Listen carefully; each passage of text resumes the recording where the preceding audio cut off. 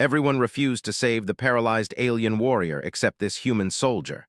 The hall was silent in the way only important places were silent. Not peaceful, not calm, heavy.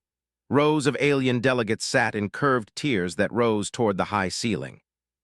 Their bodies came in many shapes, tall, wide, smooth, plated, furred, but they all faced the same place at the center of the room.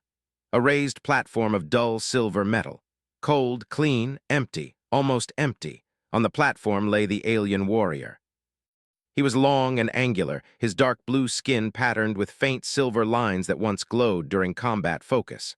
Now the lines were dull, barely visible. His forearms rested stiffly at his sides. His legs were straight, unmoving. His chest rose and fell slowly, mechanically, assisted by quiet medical devices. His eyes were open.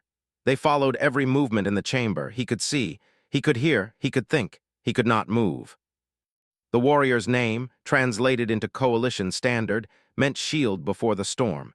He had earned it across decades of service. He had planned defenses that saved entire systems. He had stood unmoving at command centers while fleets followed his orders and survived. Now he lay unmoving for a very different reason.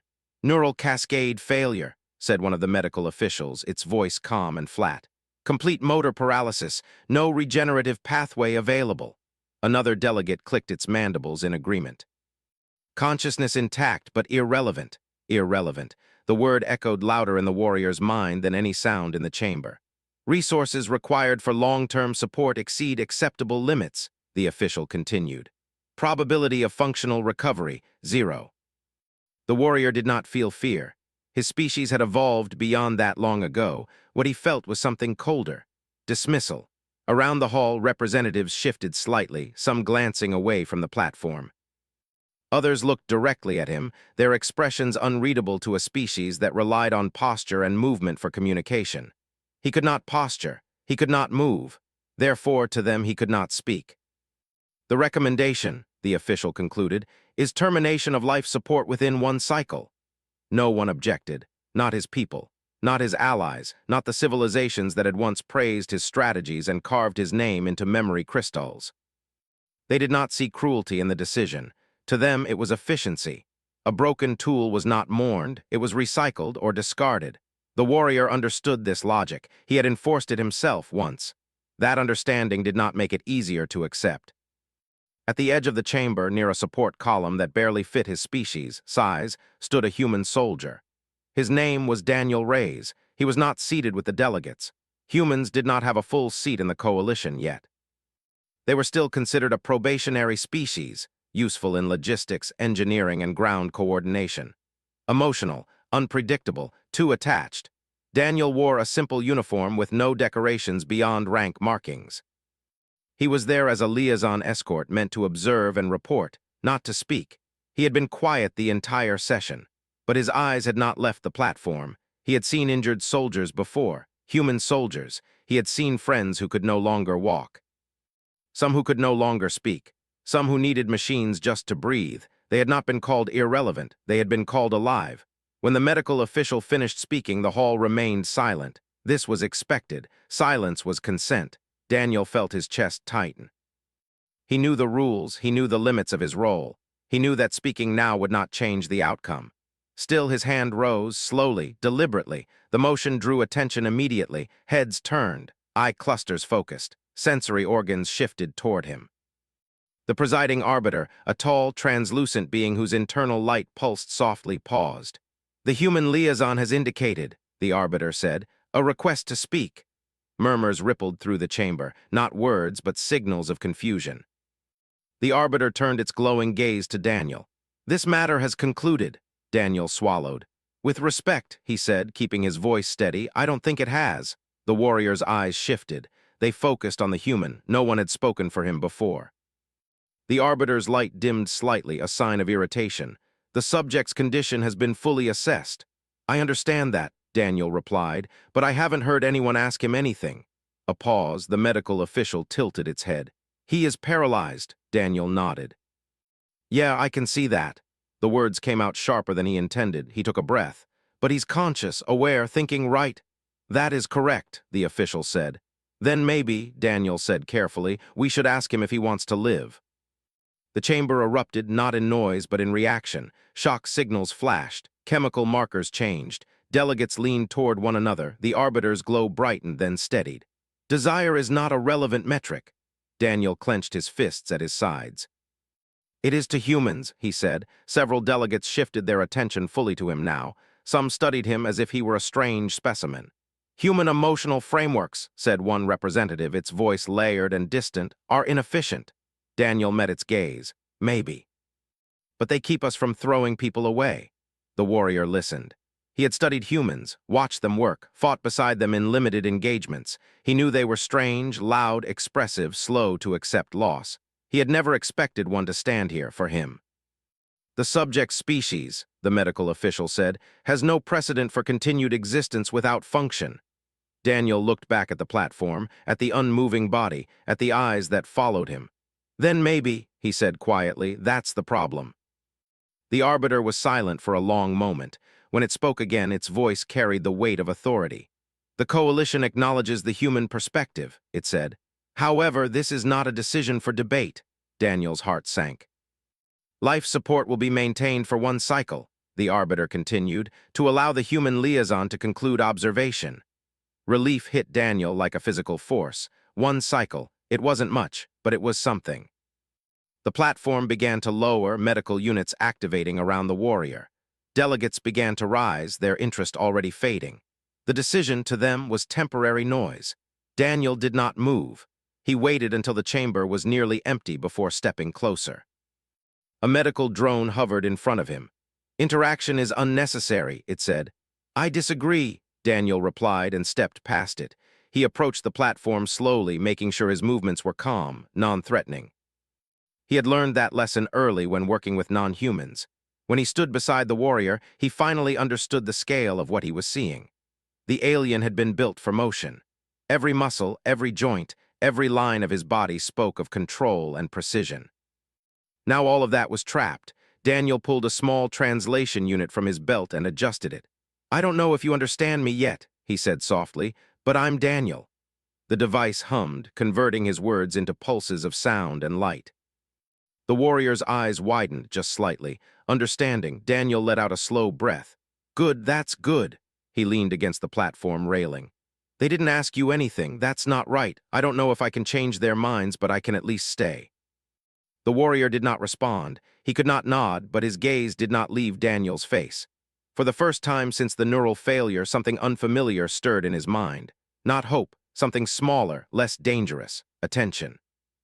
Daniel stayed there until the lights in the hall dimmed and the medical drones began their slow patrol patterns. Before leaving, he spoke one last time. They think you're done, he said. I don't. Then he turned and walked out. Behind him on the platform, the alien warrior remained motionless. But inside, something had shifted. Someone had seen him and refused to look away. The medical wing was quiet but not empty. Machines hummed softly, lights blinked in slow patterns, and distant footsteps echoed through curved metal halls. This place was built for efficiency, not comfort. No soft colors, no decorations, no reason to stay longer than necessary. The alien warrior was placed in a private medical chamber, isolated from others of his kind. Not for dignity, for containment. A transparent field surrounded his platform, keeping the atmosphere stable for his species. Medical drones floated above him, scanning, adjusting, recording. None of them spoke unless required. He lay still exactly as before, but his mind was awake, very awake. He replayed the council meeting again and again, every word, every pause. Every moment when someone could have spoken, no one had except the human. That fact continued to confuse him. His species believed that once function was lost, identity followed. A warrior unable to act was no longer a warrior. Without purpose, life became noise. Ending it was not punishment, it was closure. He had believed this all his life, until now. The door to the chamber slid open with a quiet sound. The warrior's eyes moved. The human soldier entered, carrying no weapons, no equipment except a small data pad and a folded chair. His steps were careful, almost hesitant, as if he were entering a sacred place. The medical drone turned slightly. Visitation is unnecessary. I know, the human replied calmly. I'm still doing it. The drone paused, processing, then returned to its patrol pattern. The human pulled the chair closer to the platform and sat down. Not too close, not too far, just enough to be present. "Hey," he said softly, "it's me again." The translation unit activated automatically, converting the words into patterns the warrior's mind could understand. The warrior focused on him. "I wasn't sure they'd let me back in," the human continued. "But apparently one cycle means one cycle, even for us."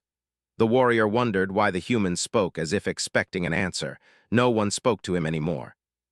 The human looked at the medical readouts hovering beside the platform. "They say you're stable, that's good. I think humans like the word stable. It means things aren't getting worse."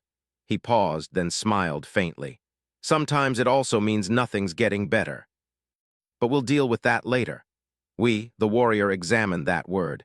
Humans used it often, not as a statement of ownership, but of connection, a shared burden. The human leaned forward slightly. "I don't know your name, at least not how you say it.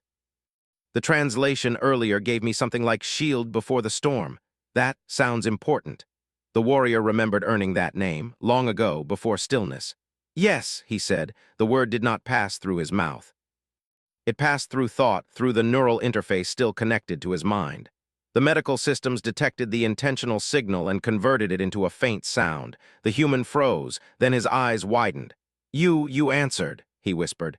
"Yes." The sound was weak. Broken but real, the human laughed quietly, not in mockery, but in disbelief. Okay, that's wow, they didn't mention you could still do that." "They did not consider it relevant," the warrior replied. The human's smile faded. "Yeah," he said softly. "That seems to be a pattern." Silence returned, but it was different now, not empty, shared. The warrior studied the human carefully. His movements were inefficient, his posture relaxed. His face showed emotion openly, without control, yet there was focus in his eyes. Determination. "Why are you here?" the warrior asked. The human blinked. "Because you're here." "That is not an answer." The human considered this. "Fair, okay, I'm here because they were going to end your life without asking you anything, and where I come from, that's wrong." The warrior processed the statement. "Your species values individual desire over collective efficiency," he said. "Yeah," the human replied, "pretty much.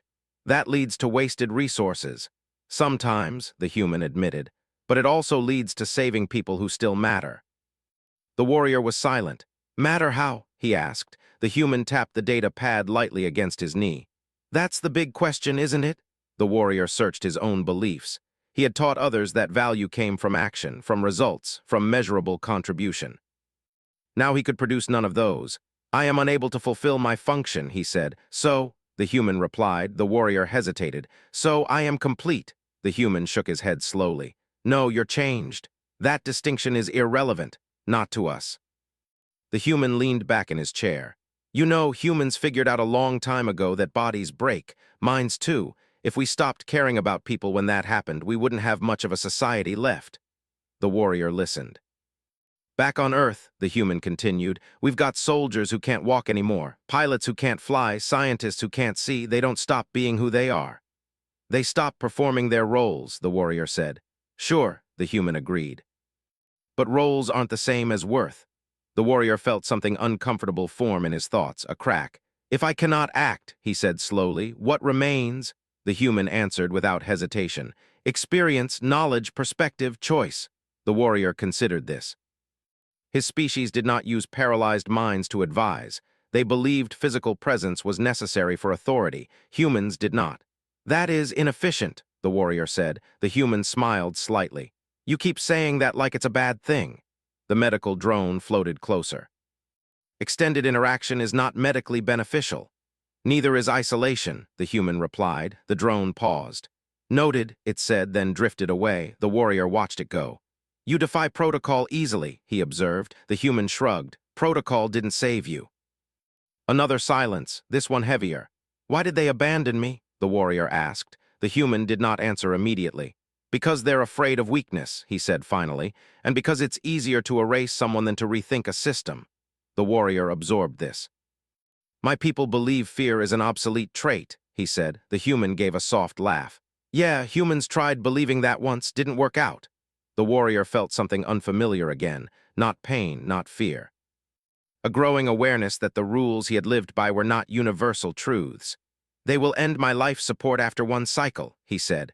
"I know," the human replied. Why delay the inevitable? The human leaned forward, resting his elbows on his knees. Because inevitability depends on what you're willing to imagine.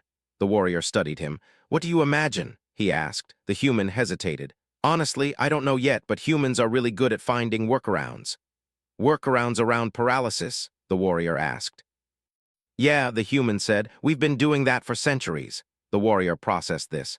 You would expend resources, he said, for no physical return. The human nodded. For a person. The word echoed strangely in the warrior's mind. Person.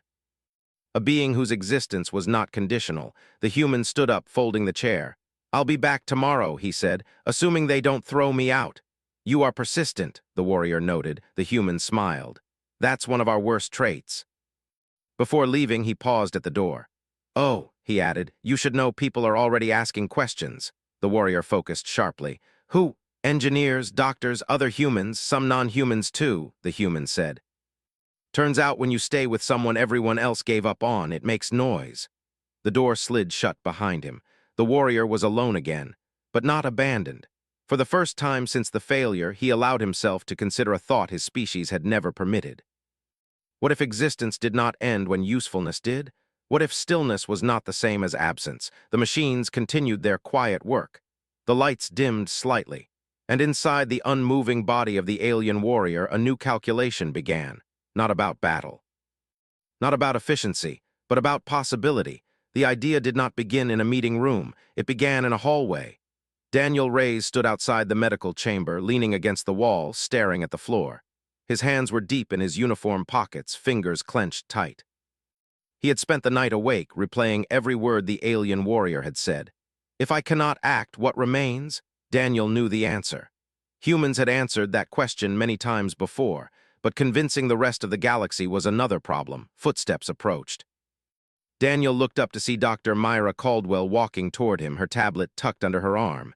She was human too, older than Daniel, with tired eyes and sharp focus. A cybernetic implant circled her left wrist, glowing faintly. You're making trouble, she said. Daniel gave a weak smile. I hear that a lot. She stopped beside him and glanced at the chamber door. The alien in there, you're attached. I'm concerned, Daniel corrected. She raised an eyebrow. Same thing, usually. Daniel straightened. You saw his scans? Yes. And medically, she said slowly, the coalition is right. His body won't recover. Daniel nodded. I figured. But, she added, tapping her wrist implant, they're wrong about what that means. Daniel's eyes lit up. So you see it too. I see a conscious, intelligent mind trapped by biology, she said. Humans don't give up on that. Daniel exhaled. Good, because I have an idea. She studied him. That's what worries me. Inside the medical chamber, the alien warrior waited. Time passed differently now. Not faster, not slower, just deeper. He noticed patterns, the hum of machines, the intervals between scans, the moments when humans visited and when they did not. Humans always stayed longer. Today, more than one arrived. Daniel entered first, followed by Dr.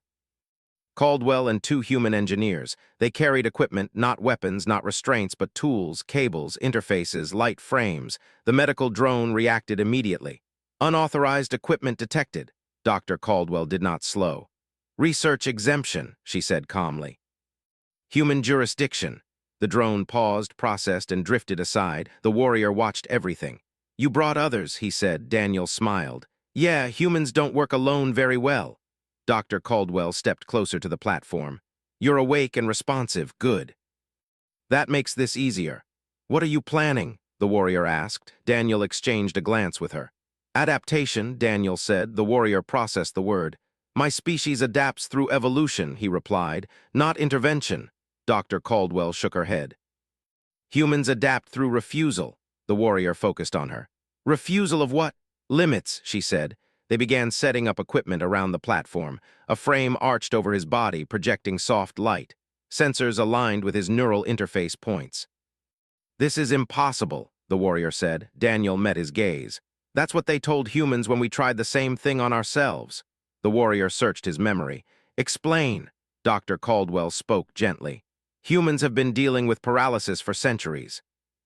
At first we could do nothing. Then we learned to listen to the brain. Daniel added, you think your brain still works, that's everything. The warrior felt something tighten inside him. You would connect me to machines, he said. Yes, Dr. Caldwell replied. But not to control you, to give you control. The warrior hesitated. My people would consider this dependence. Daniel leaned forward. We call it accessibility. The equipment powered on, lights stabilized, the air hummed with quiet energy. We're not trying to make you what you were, Dr. Caldwell said. We're trying to let you be what you still are. Silence stretched. Do I have a choice? The warrior asked. Daniel did not hesitate. Yes. The warrior considered that a true choice, not efficiency. Not obligation. Yes, he said. The process began slowly. Sensors read neural signals, weak at first, scattered. Human systems adjusted, filtering noise, amplifying intent. The warrior concentrated. He imagined moving a finger. Nothing happened. Daniel noticed the shift in his eyes. Don't force it, he said. Humans learn the hard way. Control starts small. Smaller than movement? The warrior asked.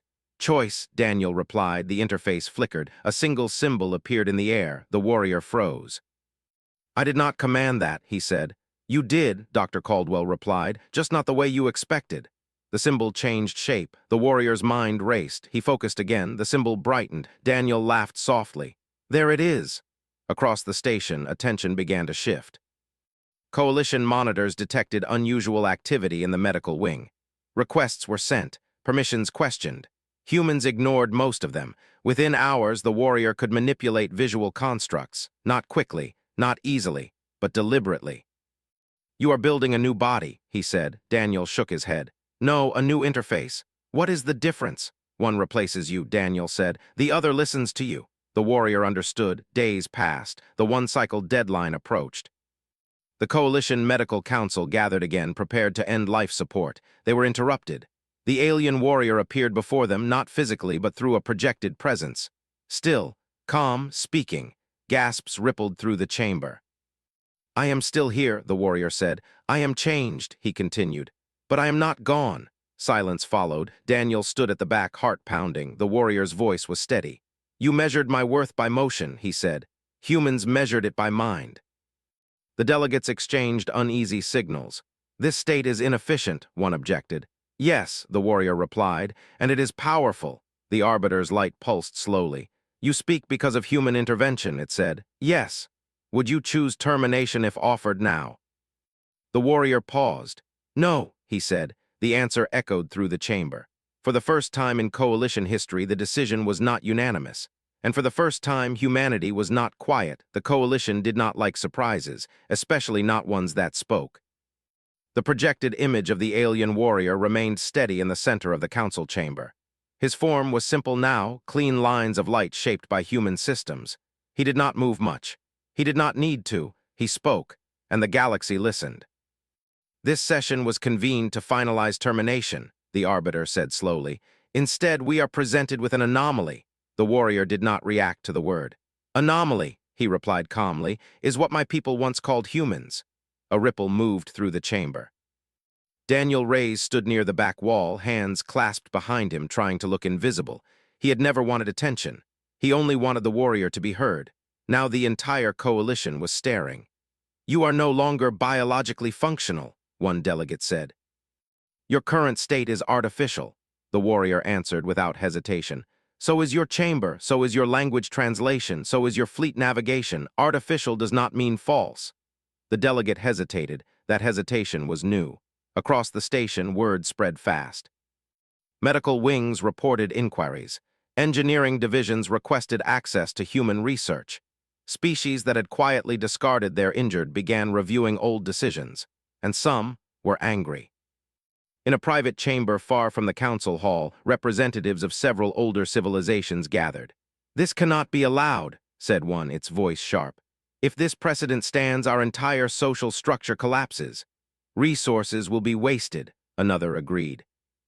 Inefficiency will spread, a third leaned forward. Humans are teaching weakness, silence followed. Or, a quieter voice said, they are teaching patience. Back in the council chamber, the arbiter addressed the warrior again. You are able to advise, it said. But can you lead? The warrior considered this. I can think, he replied. I can choose, I can communicate. Leadership does not require legs. That statement echoed far beyond the chamber. Daniel felt a strange tightness in his chest. Humans had said things like that for generations. Hearing it spoken back to the galaxy felt unreal. The arbiter dimmed its light slightly. a sign of internal calculation. The coalition recognizes utility, it said, but emotional influence is not governance. The warrior's projected eyes shifted. Then allow me to speak without emotion, he said. The chamber quieted. You fear that humans redefine worth, he continued. You fear that if stillness has value, then your systems of efficiency are incomplete. Several delegates shifted uncomfortably. You fear, the warrior said, that you will have to look at those you abandoned. Daniel swallowed. The arbiter remained silent. The warrior went on. My people taught me that strength was motion, he said. That stillness was failure. Humans showed me that stillness can observe, calculate, remember. He paused. And endure. That word lingered. Outside the chamber, Dr. Caldwell watched the feed with folded arms. Engineers stood beside her, monitoring system stability. He's doing better than expected, one whispered. She nodded. Because no one ever asked him to try before.